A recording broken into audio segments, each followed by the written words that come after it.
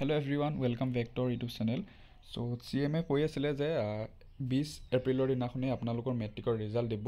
News চেনেলত বহুত কিবা কিবি কৈ আছে যে আজি ৰিজাল্ট নিদিব। আকৌ CMA কৈছিলে যে কোনোবা দিনাখন ঘপকে ৰিজাল্ট দি দিম, কিন্তু তাৰ মাজতে এটা খবৰ ওলাইছিলে যে 20 এপ্ৰিলৰ দিনাখন আপোনালোকৰ ৰিজাল্ট দি দিব। আৰু ৰিজাল্টৰ কাৰণে ফেবাই এটা এপ ডেভেলপ কৰিছিলে যে ফেবা ৰিজাল্টছ। চ' সেই এপটো যদি আপোনালোকে বৰ্তমান সময়ত যদি অন কৰে লগে লগে, যদি আপোনালোকৰ ইনষ্টল নাইও তেন্তে ডেছক্ৰিপশ্যনত চেক কৰিব, এপটো পাই যাব। চ' ইয়াত যদি আপোনালোকে চাই, ইয়াত আছে কাৰেণ্ট ইয়েৰ ৰিজাল্টছ আৰু প্ৰিভিয়াছ ইয়েৰ ৰিজাল্টছ। যদি আপোনালোকে কাৰেণ্ট ইয়েৰ ৰিজাল্টছ যদি ক্লিক কৰে তেন্তে ইয়াত আপোনালোকে দেখা পাব যে SLC exam results 2024 to be announce at 10:30 AM।